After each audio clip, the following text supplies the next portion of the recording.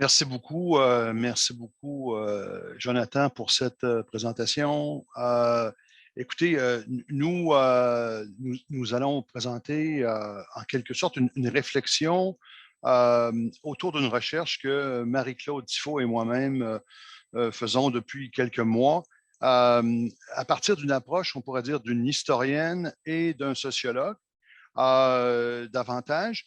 Lorsque Jonathan nous a parlé de la problématique de l'informateur, dans un premier temps, ce n'est pas un terme, si je suis franc avec vous, que l'on utilisait pour parler des participants aux recherches, mais c'est un terme qui sonnait un peu à la fois l'indicateur pour la police, des choses comme ça, mais qui en même temps sonnait quand même quelque chose dans nos pratiques communes parce que et Marie-Claude et moi avons dû, dans nos cheminements, on va dire, de carrière, rencontrer des organisations, des gens dans des organisations qui étaient plutôt fermées.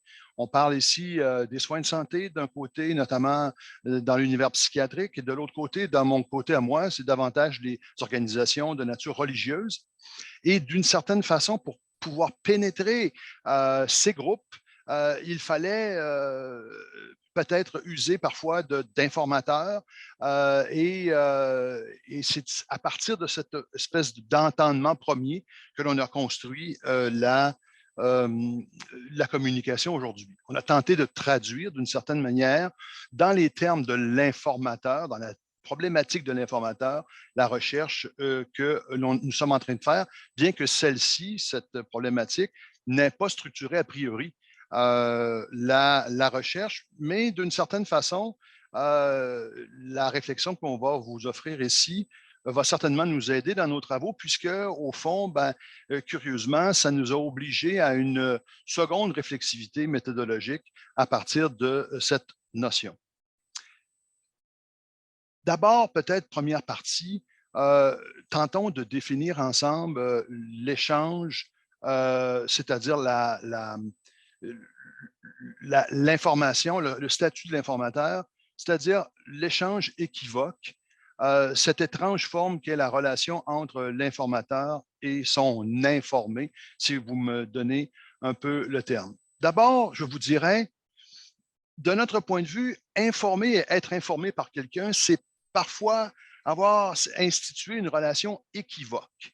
J'entends ici par le caractère équivoque, c'est-à-dire un caractère de dissimilitude, d'asymétrie. Ça proviendrait, ce caractère équivoque, justement d'une asymétrie dans le rapport d'interdépendance. C'est moi, comme chercheur, c'est nous, comme chercheurs, qui avons besoin d'informations. L'informateur, lui, n'a pas besoin, du moins, il n'a pas de besoin particulier. C'est souvent nous qui entrons en contact avec lui ou avec elle. Et donc, il y a comme une asymétrie dans le rapport d'interdépendance. L'informateur, donc, de cette asymétrie, a une position de pouvoir privilégiée. Euh, Ici, je renverse peut-être la donne habituelle, mais il y a quand même un peu cela lorsque le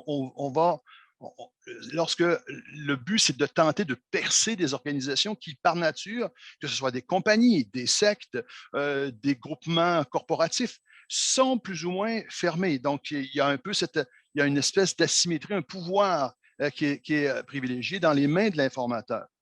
Le tout, c'est qu'est-ce qu'on va faire de cette relation-là. Contrairement à l'informé, qui par sa fonction doit recueillir de l'information, l'informateur, lui, peut rompre à tout instant la relation. C'est déjà arrivé d'ailleurs dans le passé. À la fois, toute personne ici qui est dans cette salle, j'en suis à peu près certain, a connu un moment où l'informateur s'est désisté, pour des raisons qui sont les siennes, de la relation qui était en train de naître. Donc, c'est établir une relation sur une base mouvante, fragile, parfois inégalitaire, parfois arbitraire. La relation, donc, informateur-informé, ou chercheur, si vous préférez, s'établira véritablement lorsqu'il y aura, bien sûr, un échange. Là-dessus, la première communication ce matin a bien montré la nécessité de l'échange. Et vous allez revoir les mêmes vocabulaires de don contre don dans notre exposé également. L'ennui, c'est que si on sait ce que l'informé souhaite habituellement, on ne connaît pas toujours ce que souhaite échanger l'informateur. Ça, c'est intéressant. Autrement dit, pourquoi un informateur accepte-t-il de nous livrer de l'information? Parfois légitime, parfois limite, parfois privée même. Pourquoi accepte-t-il de nous livrer cette information? Il est difficile de bien saisir les motivations, leurs motivations parfois, mais il est capital, je crois, et nous le croyons, pour établir une relation fructueuse et durable, de comprendre de prime abord que l'informateur ne sait pas toujours pourquoi il accepte cette étrange forme de relation. Il faut au fond garder la question en suspens. Une relation fructueuse, selon nous, entre informateur et informé est donc une relation à la recherche de la motivation cachée au-dessus de l'informateur. Inversement, une relation fructueuse entre chercheur et informateur nécessite que le chercheur ne réduise pas la relation qu'il entretient avec l'informateur à une stricte quête d'informations pertinentes à sa recherche. Au fond, qu'il n'instrumentalise pas son sujet. Faire cela pourrait le ou la faire passer à côté même de ce qu'il ou elle cherche pourtant, c'est-à-dire un sens caché qui ne peut être livré que par le regard d'un initié. Le curieux statut de l'informateur en histoire et en sociologie des religieux. Alors, les institutions religieuses, que ce soit les groupes, les cultes, les sectes, les églises, les congrégations, les communautés religieuses, sont par essence des lieux fermés, où n'entre pas qui veut et où est exigé un certain degré d'initiation, voire le partage de référents communs entre tous les participants. Retenons la notion de référent commun, nous y reviendrons en quelques minutes. Évidemment, les typologies usuelles sur les organisations religieuses illustrent que leur ouverture ou leur fermeture varie en fonction du culte préconisé et du type d'adhérent qu'on y espère. Ainsi, par exemple, notons la célèbre typologie d'Ernst Reusch, sociologue et théologien allemand, contemporain de Max Weber, qui a présenté une nette différence entre le type Église, la secte et la mystique. La première étant la plus ouverte, où on y rencontre habituellement des participants de toute provenance idéologique. La seconde, la secte, est un lieu privilégié de l'ascèse qui réunit un petit groupe d'élus et plus libre que la secte, la mystique est cependant souvent centrée sur la figure du gourou et de ses suivants. Les communautés religieuses, car c'est de cela qu'il s'agit dans notre recherche, sont des lieux encore plus hermétiques d'une certaine façon. Pour y rentrer, une formation et une mise à l'épreuve sont souvent nécessaires. Les formations peuvent varier de 3 à 10 ans, par exemple. C'est quand même passablement long. Être un co-religionnaire d'une communauté religieuse, c'est partager plus que quelques référents communs, mais une même vision du monde, un même entendement de la hiérarchie et du fonctionnement de la communauté fixé par le partage d'une règle, d'où l'idée d'un clergé régulier. Plusieurs ordres religieux fonctionnent d'ailleurs selon des règles d'obéissance. Entrer donc en contact avec un informateur d'une communauté religieuse exige donc de saisir le degré, je dirais, d'étrangeté des us et coutumes de la communauté à laquelle il ou elle appartient. Certaines communautés monastiques, par exemple, sont si recluses qu'elles ne permettent aucun échange avec quelque informateur que ce soit. L'exemple des Chartreuses, c'est très clair, il y a une règle de clôture presque absolue, et des Chartreuses. D'autres sont des communautés très fortement régulées, mais délimitant, pour ainsi dire, des territoires privés et communautaires et des territoires d'accès. Ces territoires sont physiques, notamment dans les monastères, la clôture, très clairement, on le voit ici dans l'image, mais aussi spirituels, dans le type de sujet qu'il est possible de traiter ou non avec les informateurs des communautés religieuses. L'agencement donc du privé et du public varie bien sûr selon les communautés religieuses et selon le genre de congrégation en question. Entrer donc en contact avec une communauté religieuse pour y recruter des informateurs exige donc une bonne préparation et une bonne prise en compte de tous ces aspects socio-religieux que je viens ici de décrire très rapidement.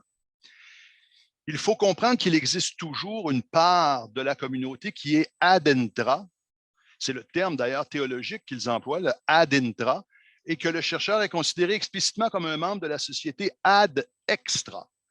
Groupe criminalisé ici et communauté religieuse partagent au fond ici le même entendement du in-group, out-group, qui est très classique en sociologie.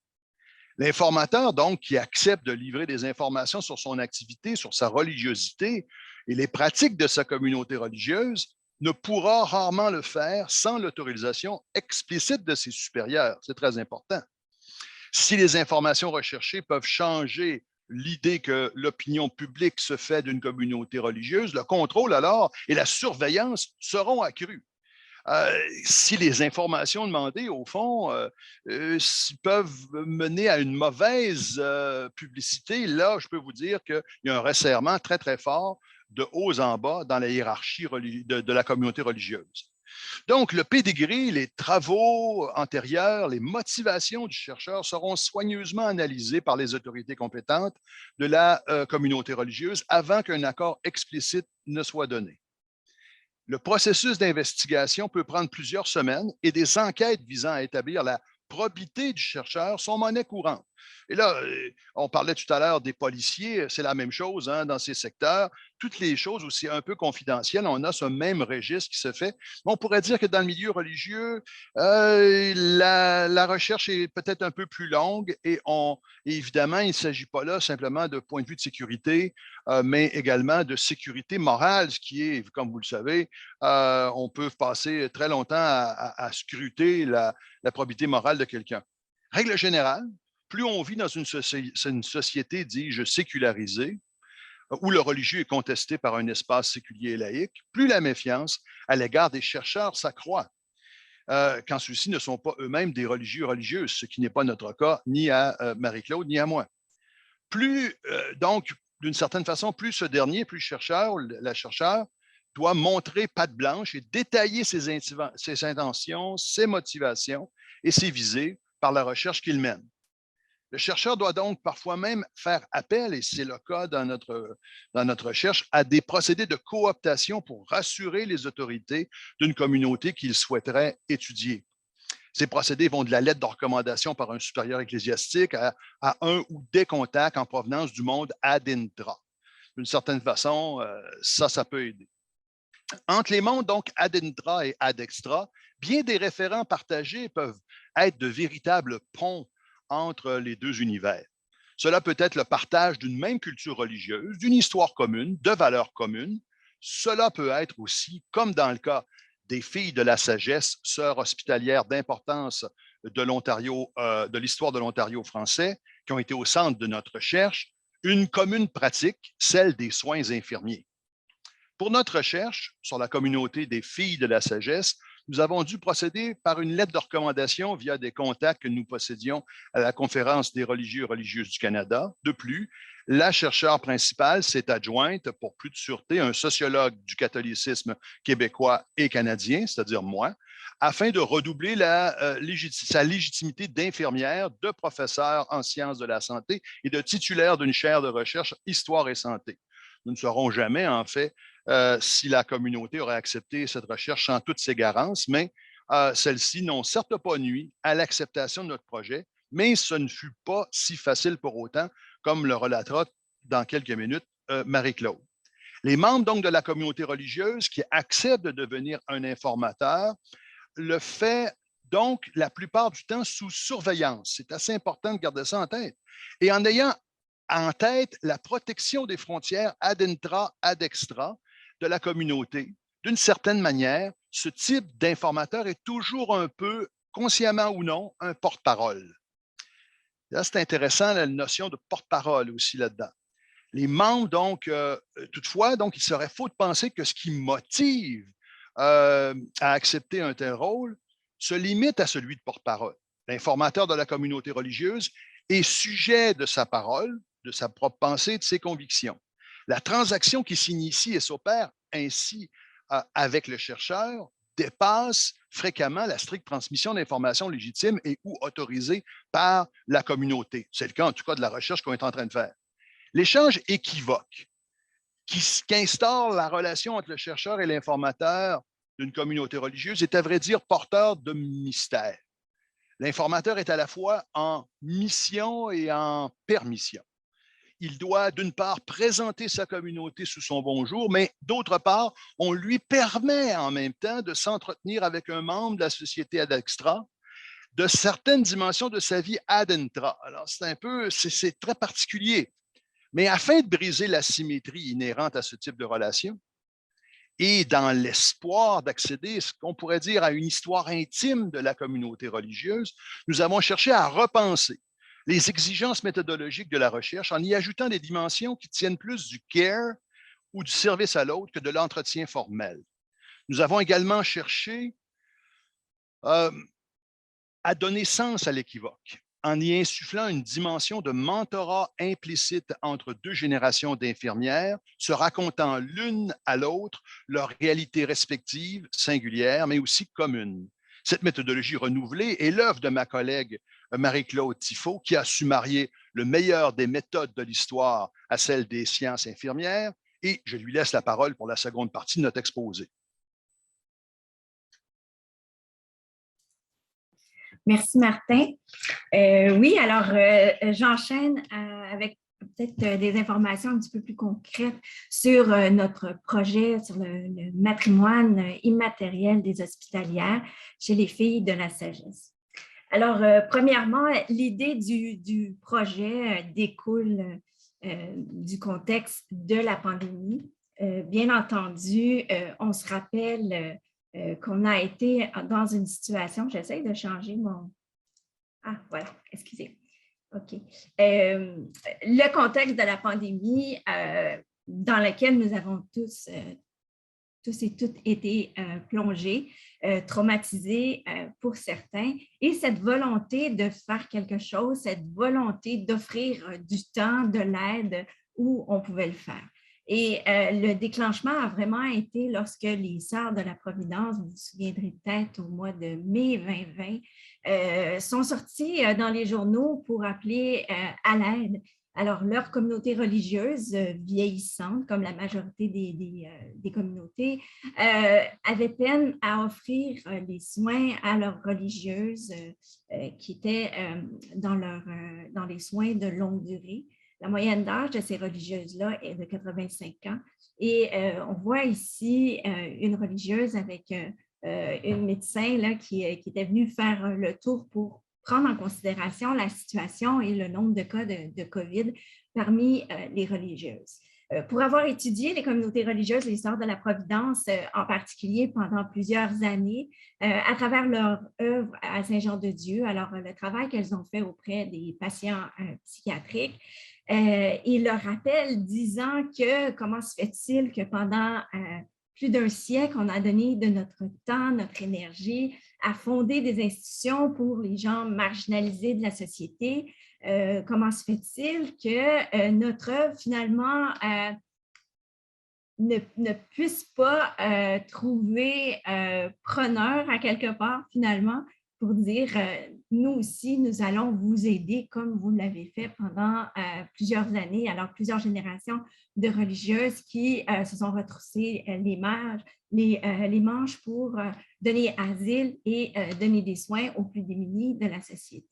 Alors, ce coup cet appel des religieuses pendant la pandémie, pendant la première vague qui a été tellement meurtrière dans les CHSLD, m'a secouée. Je pense qu'au sein de mon équipe, ça l'a touché également plusieurs collègues à qui, finalement, je discutais comment on pourrait procéder, qu'est-ce qu'on peut faire pour leur venir en aide.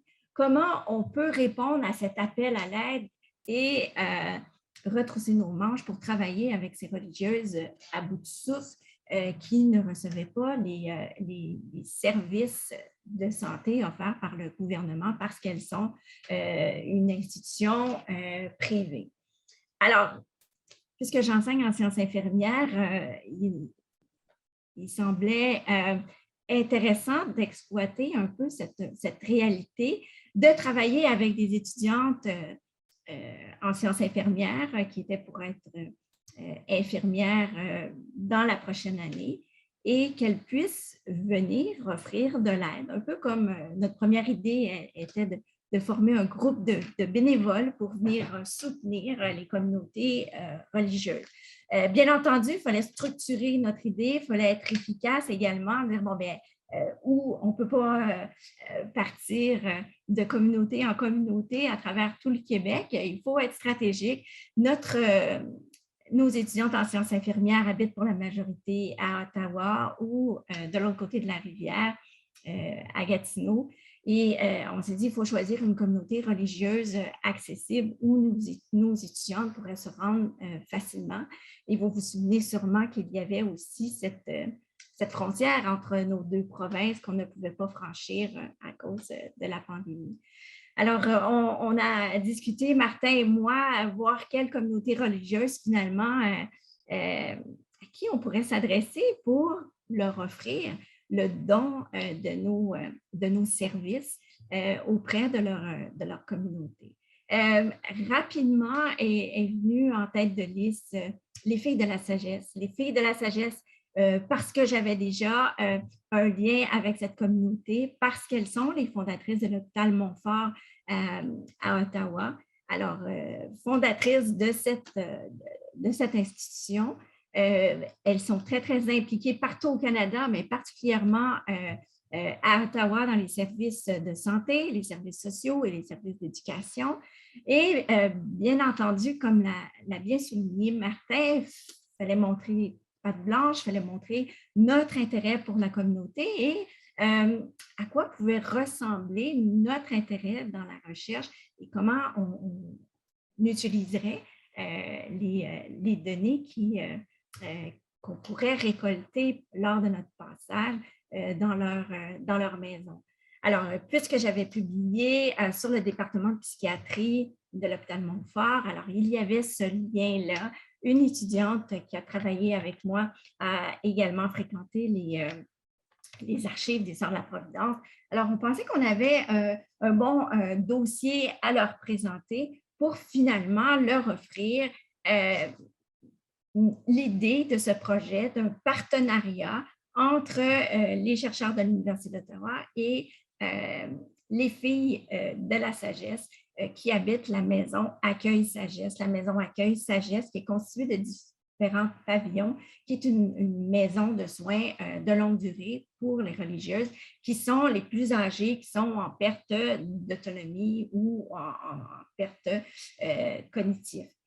Alors, Martin l'a un peu évoqué, dire, bon, mais quelles ont été les étapes? Bien sûr, on a fonctionné par courriel. C'était la pandémie, on ne pouvait pas aller se présenter, on ne pouvait pas aller les rencontrer. Alors, on a eu un contact avec la Conférence des religieux et religieuses du Canada qui a initié un premier courriel auprès de la responsable des filles de la sagesse.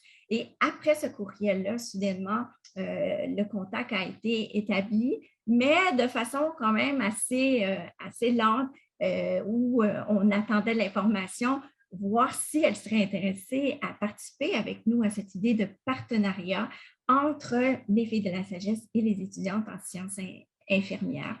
Tout ça avec l'idée de soumettre un projet au CRSH dans un engagement partenarial qui nous permettrait d'aller chercher les fonds pour recruter des étudiants pour travailler pendant l'été auprès des religieuses les plus âgées, les moins autonomes, en sachant qu'il y a une pénurie de personnel partout. On s'est dit, bon, bien, OK, on va faire une pierre deux coups, on va avancer un projet de recherche dans cette idée d'aller recueillir le matrimoine de la communauté religieuse. Alors, faire le tour un peu plutôt que de lire toute la littérature qui existe déjà, l'historiographie sur cette communauté-là, d'aller dans leurs archives, oui, c'était ce qu'on voulait faire, mais ça ne nous semblait pas suffisant.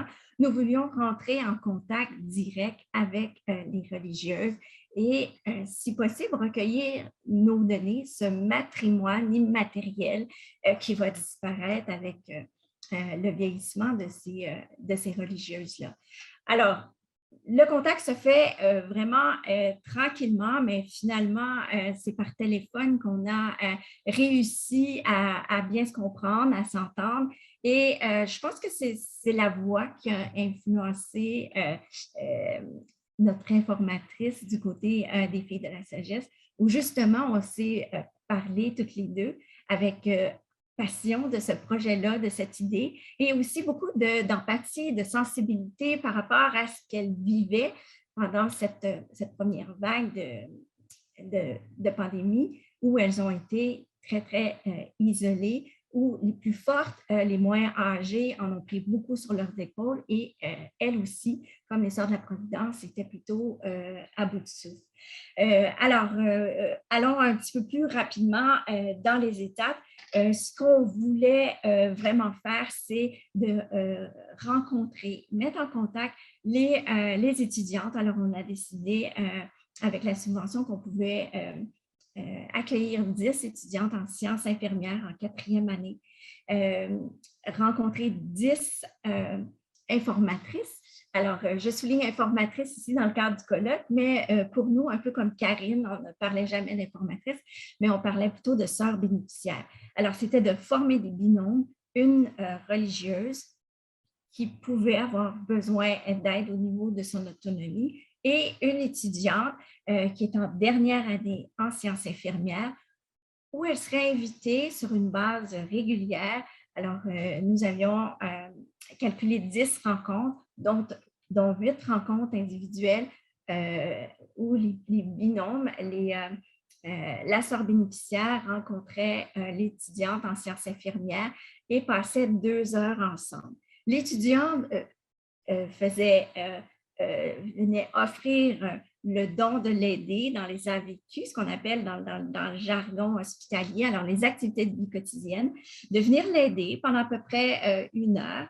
Et pour la 2e heure, le contre-don, la religieuse s'ouvrait et partageait des souvenirs à partir de questions bien précises là, qui étaient répertoriées dans une grille d'activités que toutes les étudiantes partageaient.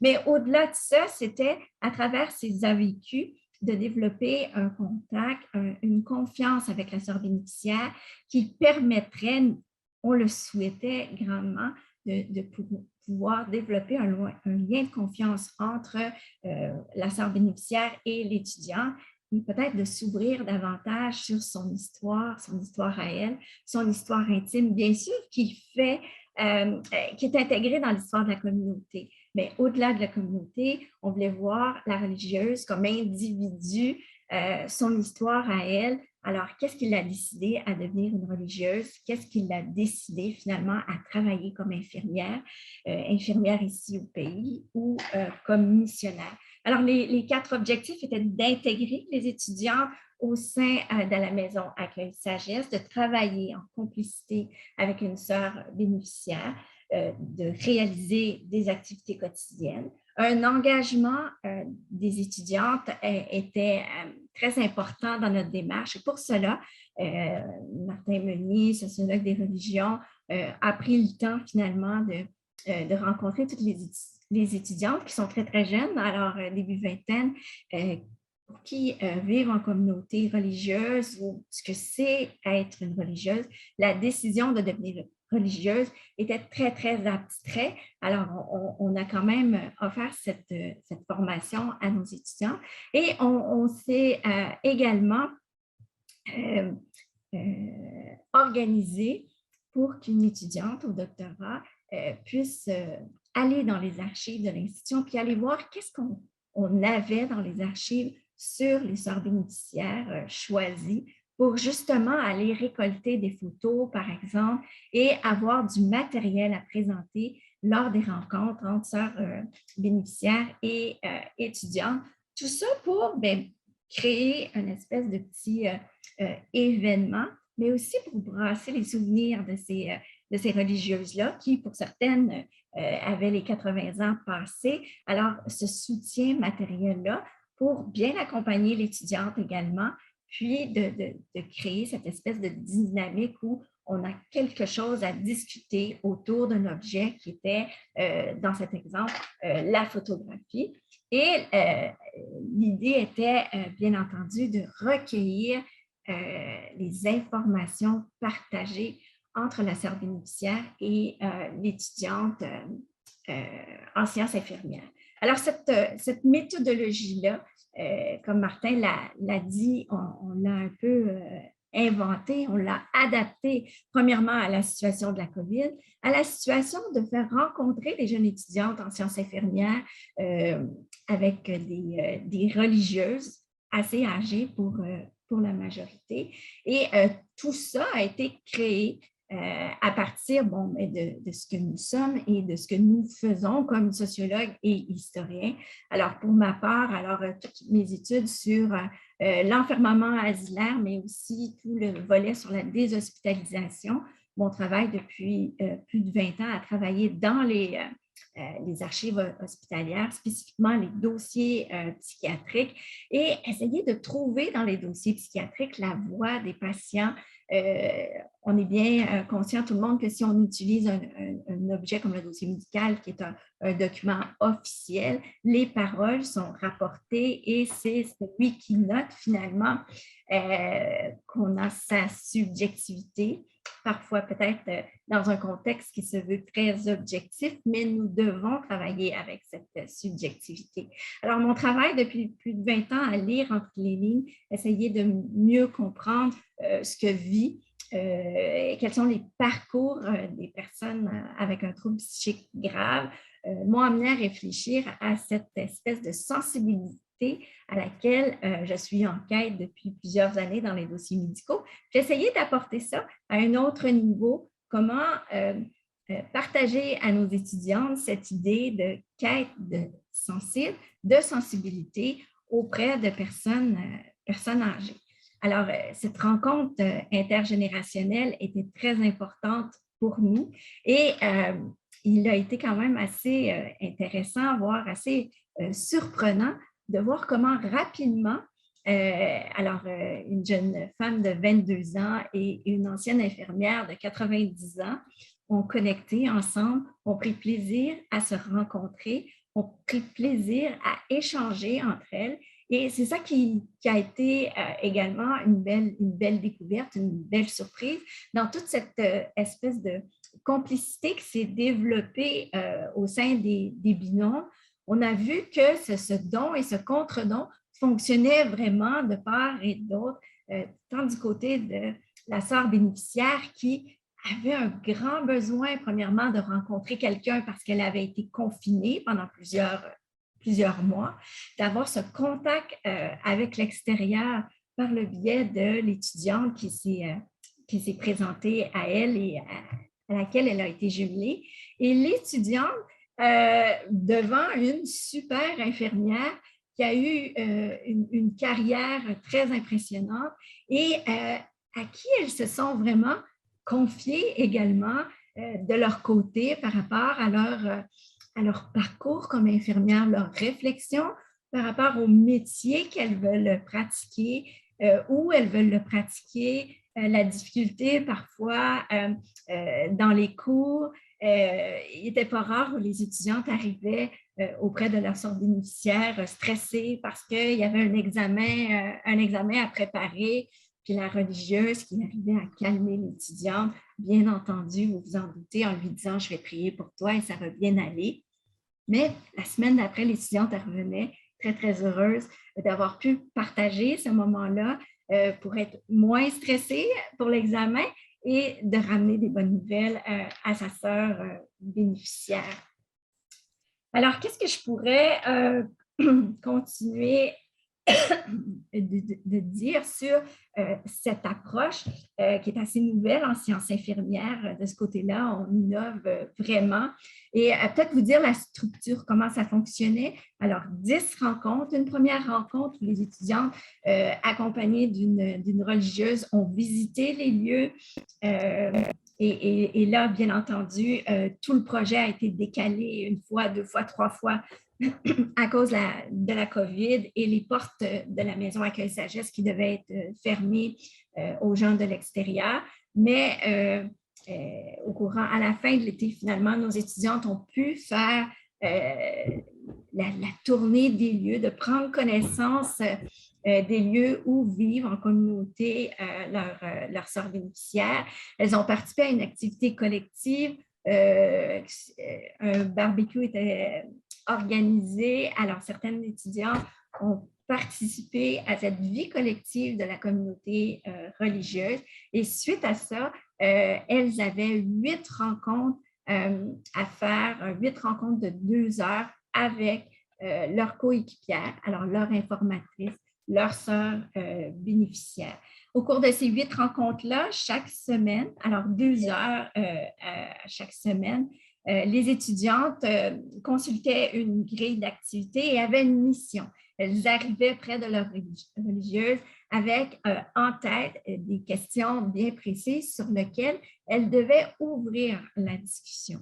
Alors, elles étaient bien avisées, nos étudiantes, de ne pas arriver avec des enregistreurs, des téléphones pour enregistrer, pas de crayon, pas de calepin de notes, juste leur présence.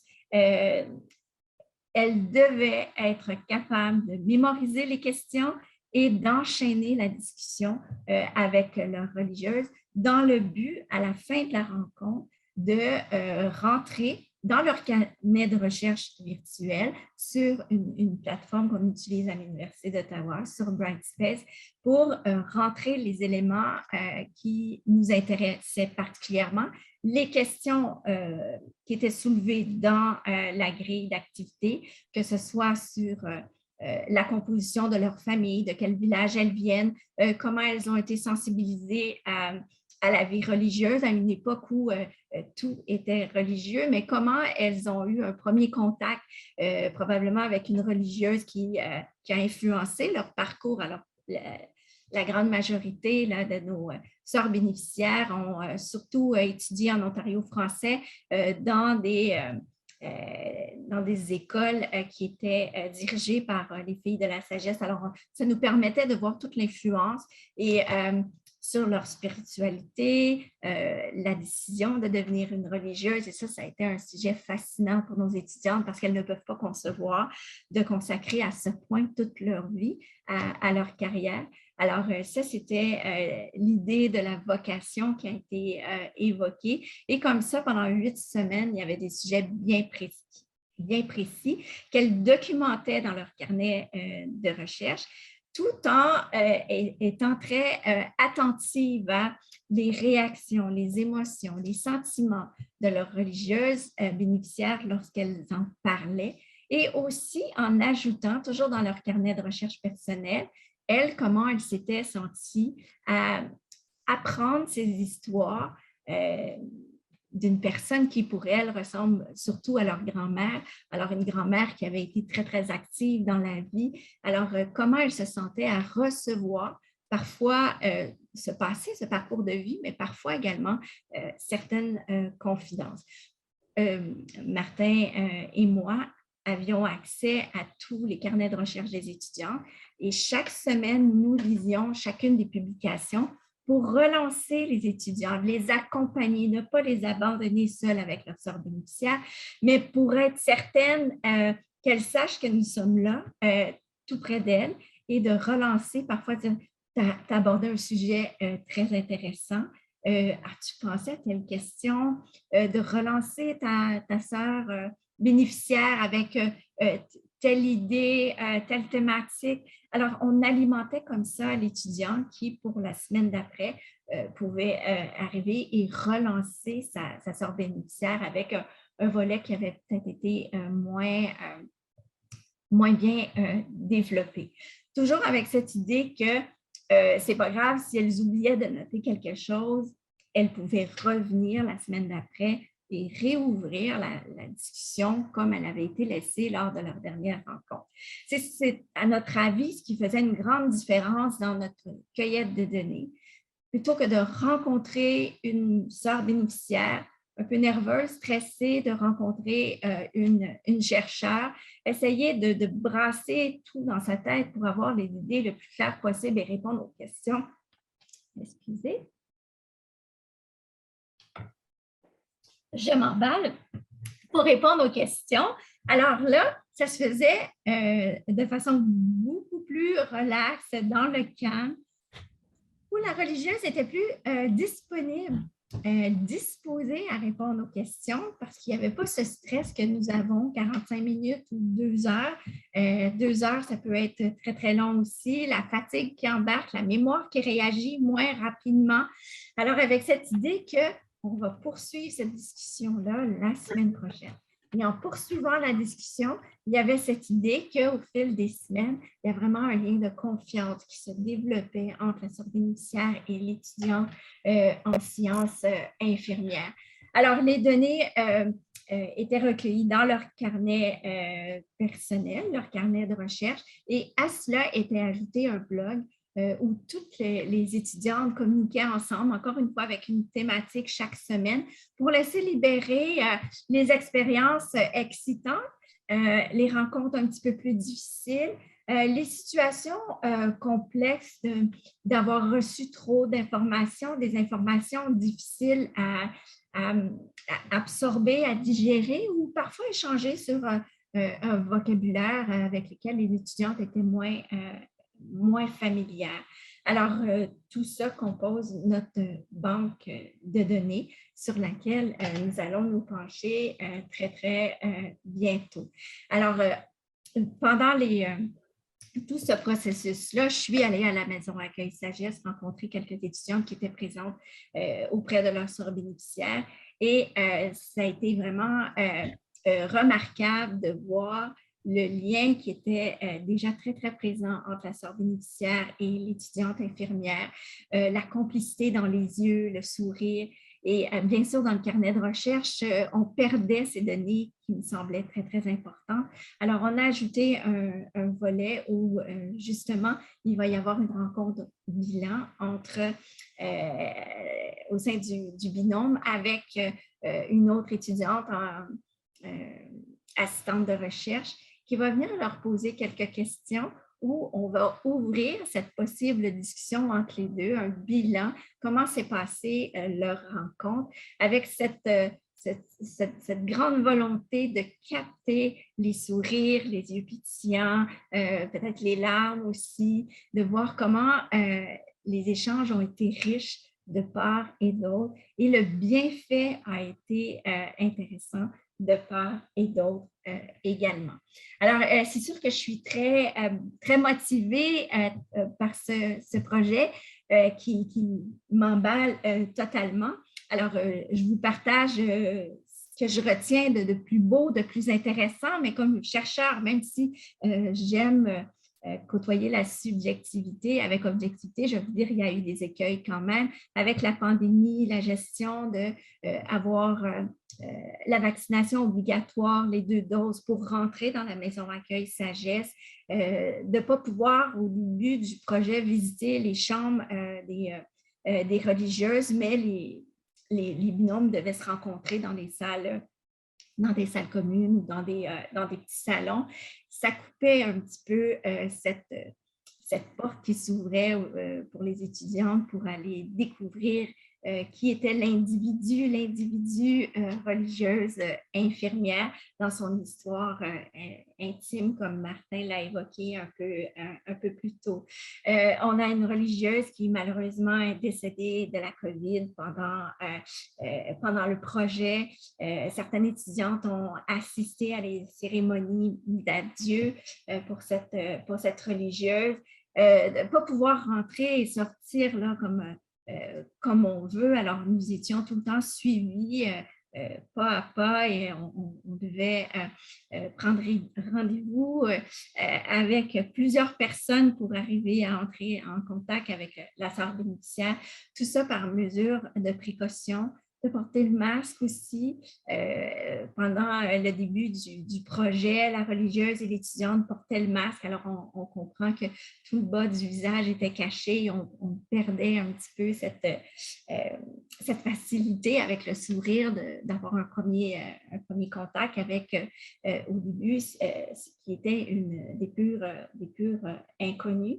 Et on n'a pas pu nous rencontrer réellement nos étudiantes. Alors, on a fait un suivi avec elles par Zoom. Alors, bien que nous sommes bien contents d'être ici réunis aujourd'hui via Zoom, il y a une différence entre être en Zoom et être en présence, surtout lorsque des étudiantes ont vécu des situations un petit peu plus difficiles où elles ont dû surmonter une situation où les révélations de la religieuse étaient difficiles à porter pour elle et l'espèce de relation d'aide que nous avions prévue avec nos étudiants, bien sûr, elle a été effectuée, mais via le Zoom et je pense que ça, c'était plus difficile à réaliser. Pour terminer, peut-être vous dire, on est quand même content d'avoir réussi à entrer à l'intérieur d'une communauté religieuse, de voir comment les contacts ont été d'une certaine façon assez faciles, difficiles à cause de la COVID, mais peut-être à cause de la COVID, elles étaient vraiment ouvertes à accueillir des gens, d'échanger, de se raconter, de parler. Et ça, c'était merveilleux pour le projet. Un projet comme celui-là, c'est sûr que le côté éthique est important. Alors, je vous rassure, nous avions tous nos certificats éthiques là, pour faire le projet. Et bien entendu, nos institutions s'inquiètent énormément de nos informatrices, de nos participants, lorsqu'on monte le certificat éthique. Alors, tous les formulaires à remplir pour justifier notre approche et tout et tout. Et on s'est rendu compte que peut-être dans ces certificats éthiques-là, on ne tient pas assez compte du chercheur. Dans ce cas-ci, nous, c'était des étudiantes en sciences infirmières qu'on a dû protéger de certains partages, de certains souvenirs qui étaient très, très lourds à porter. Je m'arrête ici pour redonner la parole tout de suite à Martin. Merci. Je finirai peut-être par une anecdote, mais qui montre un peu comment le projet a dérivé. Au départ, Marie-Claude et moi pensions que les étudiantes allaient donner des soins, mais des soins très, très physiques. On pensait même à donner, aider à donner à faire manger ou à donner des bains, des choses comme ça. Étant donné la situation de la COVID, juste pour revenir, il faut bien comprendre que la COVID a créé une pénurie d'employés dans tous les CHSLD et dans toutes les maisons privées de retraite. Et ce faisant, nous, on voulait arriver en quelque sorte avec un beau don, hein, d'une certaine façon, en nature, d'aide. Et finalement, très rapidement, c'est intéressant. Les sœurs étaient plutôt, on pourra en parler, mais encore une fois, réticentes face à des soins trop importants comme faire manger, des bains, des choses comme ça. Elles ont, par contre, été heureuses de nous mettre en contact avec des sœurs avec qui les étudiantes pourraient parler et les aider dans leurs tâches quotidiennes, comme le disait Marie-Claude.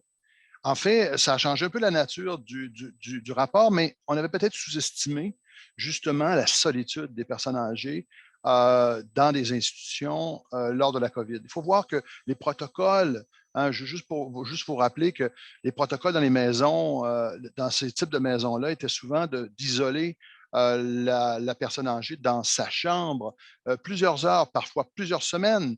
On apportait les repas à la chambre et donc la communalisation très, très grande dans une communauté religieuse n'était pas faite. En fait, malgré donc, même si elles n'ont pas pu prodiguer l'ensemble des soins, les étudiantes ont apporté du soutien et de la présence qui manquait grandement aux sœurs aînées en temps de COVID. Dans plusieurs des cas, ce contre-don a peu à peu délié l'équivoque, je dirais, inhérente à la relation chercheur-informatrice, sans totalement éliminer l'équivocité de la relation entre chercheurs et informatrices. La méthode choisie a amoindri beaucoup la symétrie de l'échange et a su lier sœurs et étudiants dans une relation, ma foi, très significative qui dépasse de loin la question de la cueillette d'informations historiques. En fait, elles accédaient à un mentorat un transfert mémoriel significatif pour l'étudiant, mais aussi pour les sœurs. Et donc, sur le strict plan de la collecte d'informations, la méthode nous a apporté beaucoup moins de données factuelles que peut-être un échange formel, mais beaucoup plus de données très intimes, je peux vous le dire, beaucoup sur des thèmes aussi variés que le désir d'enfant, la question de la sexualité, la vie spirituelle, la fondation de la vocation religieuse et la fondation de la vocation professionnelle.